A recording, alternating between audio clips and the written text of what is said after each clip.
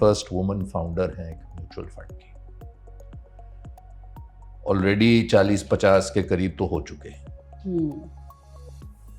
खुशी की बात यह है कि एक वुमन फाउंडर आई है, और मेरा ये मानना है कि आज तो हमने शुरुआत भी नहीं देखी। 5 करोड़ फोलियोज 140 करोड़ के देश में, जहां पर एंट्री पॉइंट 100 रुपये है, वो तो कोई भी नंबर नहीं। बिल्कुल। इसको आप कैसे बढ़ाना चाहते हैं? मेरा मानना है, एज अ बिजनेस पर्सन अगर मैं बात करूं तो मेरा मानना है, एक तो बड़ा ब्लू ओशन है। लोग हमेशा बोलते हैं कमोडिटाइज इंडस्ट्री नहीं है, कमोडिटाइज प्रोडक्ट है। बिकॉज थैंकफुली सेबी ने सारे प्रोडक्ट को एकदम स्टैंडर्डाइज कर दिया है।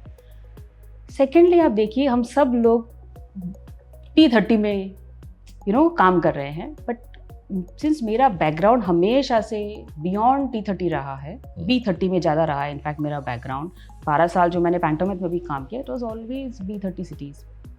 तो मुझे वहाँ आप डिस्ट्रीब्यूट करती थी यस प्रोडक्ट। तो वहाँ पे जो वहाँ के जो डिस्ट्रीब्यूटर्स हैं, बिकॉज वो लोकल लैंग्वेज समझते हैं, वो वहाँ के से इंडिया इतनी बड़ी अपनी कंट्री है, बट भांति भांति के डाइवर्स कल्चर्स है। गांव से दूसरे गांव जाइए, सब कुछ अलग हो जाता है। एग्जैक्टली। तो एवरी फ्यू किलोमीटर्स हमारे सारे कल्चर चेंज हो जाते हैं, माइंडसेट चेंज हो जाते हैं, वैल्यू सिस्टम्स चेंज हो जाते हैं। सो वहाँ पे बहुत ज़रूरी हो जाता है डिस्ट्रीब्यूटर को लेके आगे बढ़ना। तो एक तो पहला मेरा ये कॉन्ट्रेरियन अप्रोच रहा है कि direct is not going to work. और जो जेनजी है, या जो भी जेन कहिए, जो और भी यंग लोग हैं, वो काफ़ी कंफर्टेबल हैं। और हमारी जो रेगुलेटरी टेक्नोलॉजी इस तरह की है कि आप बहुत कन्वीनियंस के साथ ट्रांजैक्शन कर सकते हैं।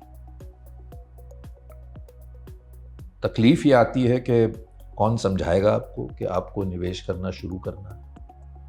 कई मिथ्स हैं लोगों के मन में कि मैं जब एक्स उम्र की हो जाऊंगी, या जब मेरी सैलरी इतनी हो जाएगी, मैं तब इन्वेस्ट करूंगी, तो डिले हो जाता है। तो इस सब के लिए एक इंसान चाहिए आपको, जो जाके बताए उनको, उनका हैंड होल्डिंग करिए, जैसे आपने कहा। ये प्रॉब्लम आप कैसे सॉल्व कर रहे हैं? देखिए, ये क्या है, ये एक ह्यूमन बीइंग का कैरेक्टर है, आई वुड से। और मैं बहुत स्टडी करती हूँ इस बारे में, बिकॉज मैंने खुद इंस्टेंट ग्रेटिफिकेशन हो या ये सब चीज़ें कभी फॉलो की नहीं है। तो जैसे आप देखिए, अपने ब्रेन में जो वो रिस्क अवर्शन का जो एक सिस्टम होता है, या अपना प्री फ्रंटल कॉर्टेक्स होता है, तो मैं हमेशा देखती हूँ कि यार हम क्यों मिस सेलिंग क्यों करने लग जाते हैं, हम क्यों गारंटीड प्रोडक्ट्स को इतने पीछे भाग लेते हैं। या सेकंड देखिए, आप देखिए FNO में देखिए, लाखों करोड़ों का नुकसान होता है हर रोज, फिर भी हम क्यों करते हैं? क्योंकि एक तो ये है कि मुझे ऐसा लगता है कि मैं कर सकती हूँ क्योंकि बाकी लोग भी करें, तो बाकी हर्ड मेंटेलिटी, बाकी लोग सही कर रहे होंगे। दूसरा क्या होता है, वो लॉस थोड़ा थोड़ा होता है, तो इट्स नॉट कि ऐसा तो नहीं, जैसे हम हमेशा पहले हम जब केव में रहते थे, तो हमको वो फाइट और फ्लाइट वाला जो सिस्टम था, वो तो अभी है नहीं कि थोड़ा थोड़ा लॉस है, चलो ठीक है।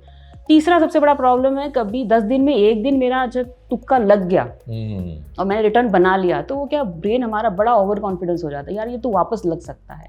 सो ये जो ना बिहेवियरल ट्रेट्स है, ये इतने जल्दी जाएंगे नहीं, और इनके लिए आपको वो एक सारथी चाहिए। वो सारथी आपका डिस्ट्रीब्यूटर पार्टनर ही हो सकता है। जो मैं दूसरी डिफ़िकल्टी कह रहा था मधु, लोगों की ये होती है कि एसेट चेजिंग में ही चले जाते हैं, एसेट एलोकेशन खुद नहीं कर पाते। और पहले शायद एडवाइज़र का मेन पर्पस ही यही था कि आप किस तरह से एक बास्केट बना दे इंसान के लिए।